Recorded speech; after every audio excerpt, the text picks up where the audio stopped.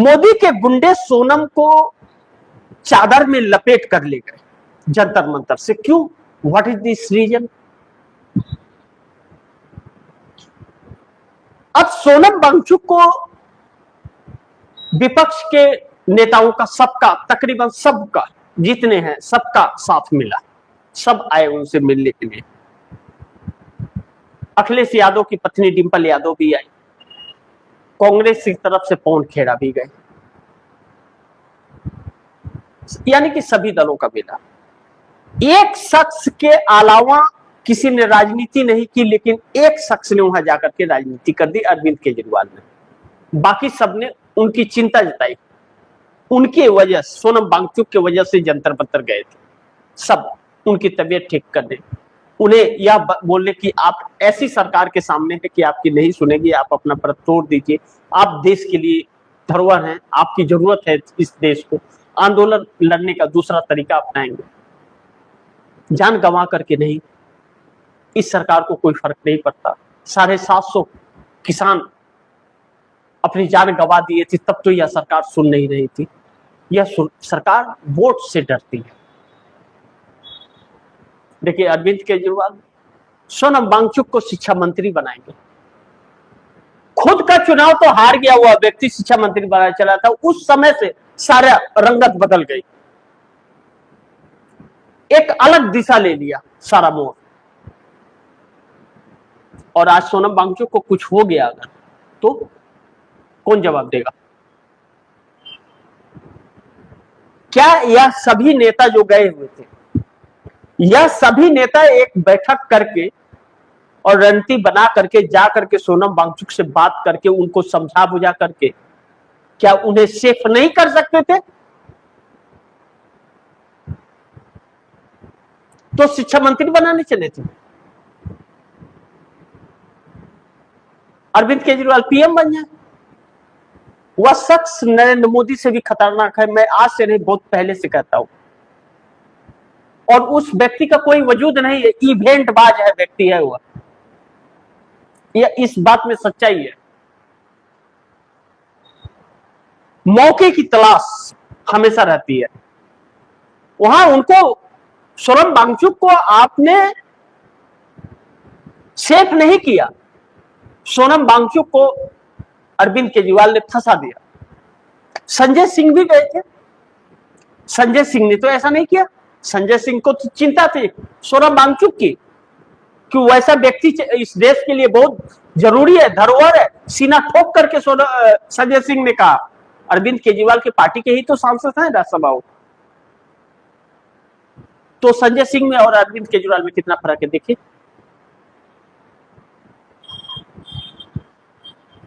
अब ऐसे में राहुल गांधी का देहरादून में प्रोग्राम, बारिश हो रही थी देहरादून के अंदर, छींटे पड़ रहे थे, फिर भी बच्चे गए नहीं।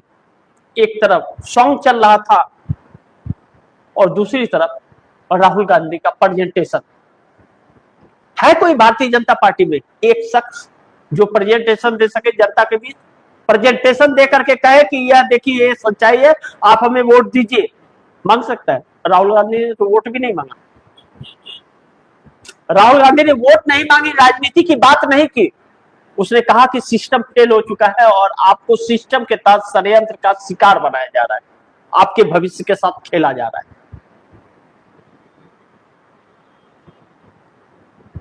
इस देश के लोकतंत्र को पूरी तरह से गले को दबा दिया गया है। जैसे आज सोनम वांगचुक को गले को दबा करके चादर में लपेट करके लेकर के जाया गया, 20 दिन के भूख हड़ताल किए हुए व्यक्ति को जिस तरह से ले गया, उस तरह से मरे हुए लाश को भी लोग लेकर के नहीं जाते हैं। बचने वाला इंसान भी नहीं बचेगा। ऐसी भी क्या जल्दबाजी थी भाई? क्या जंतर मंतर बहुती है सरकार की? अब यह सरकार के खिलाफ हो रहे हैं तो सरकार को बुरा लग रहा है, लेकिन उन लाखों बच्चों का भविष्य खत्म हो रहा है। वह बच्चे इस देश के शिक्षा मंत्री के नकारेपन का सवाल खड़ा कर रहे हैं कि इस नकारे व्यक्ति को हटा करके फेंको, हमें यह मंत्री नहीं चाहिए। तो ऐसी क्या आफत आ गई कि धर्मेंद्र प्रधान के अलावा सरकार चल ही नहीं पा रही है।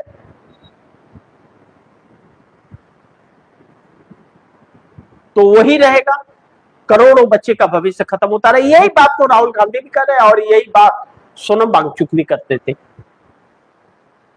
तो सोनम वांगचुक को उस स्टेज पर कुछ हो जाता जो कि अब उनका आखिरी स्टेज चल रहा था, तो उन्हें मना करके लेकर के गए होते। सरकार एक टीम बनाई होती, सरकार टीम बना करके वहां भेजी होती, भेज करके उनको समझाई होती कि हम इस पर एक कमेटी बनाते हैं, जांच कराएंगे, उनको व्रत तुड़वा करके हॉस्पिटल में एडमिट करती। तो गुंडागर्दी से लेकर के गई क्यों? इसका जवाब देश पूछ रहा है। अब पूरा विपक्ष 20 तारीख को इसको लेकर के संसद मार्च की बात हुई थी।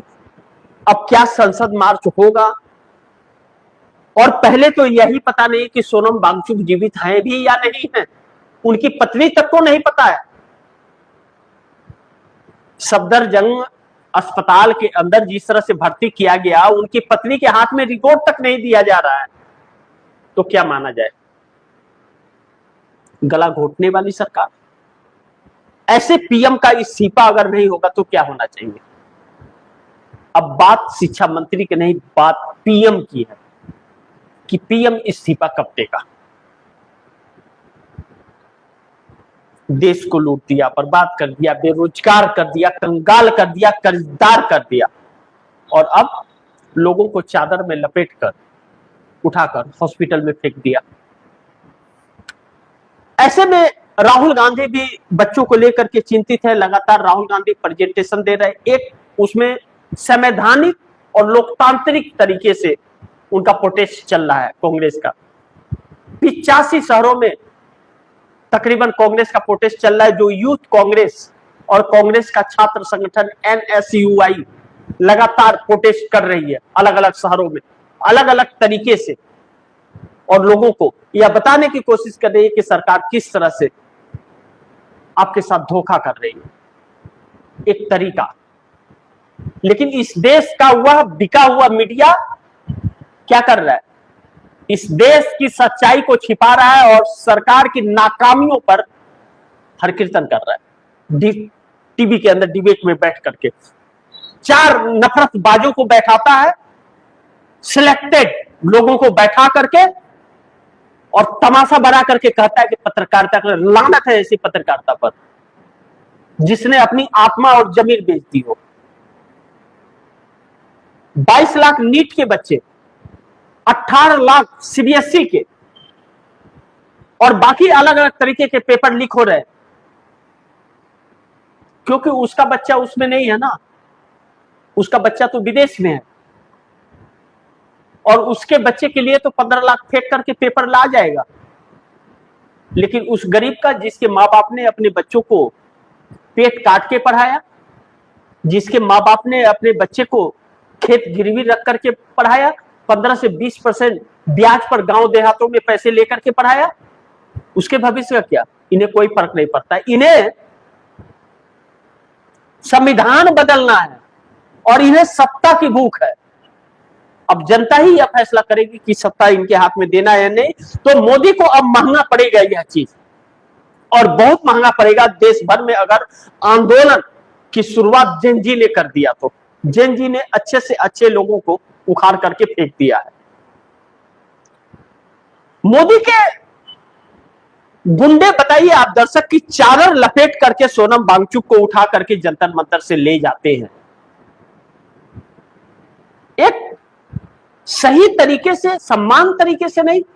क्या मोदी सरकार में कोई व्यक्ति है, एक व्यक्ति कोई है आरएसएस के अंदर या मोदी सरकार के अंदर जो सोनम वांगचुक की इतना जानकारी रखता हो? सब अनपढ़ों की फौज है। अनपढ़ों की फौज एक जानकार व्यक्ति को चादर में लपेट के लेके जाती है। यह सच्चाई है। और ऐसे में कहते हैं कि हर हर मोदी, घर घर मोदी, और जनता अब खून के आंसू रो रही है। यह सच्चाई देश की आकर के खड़ी हो गई।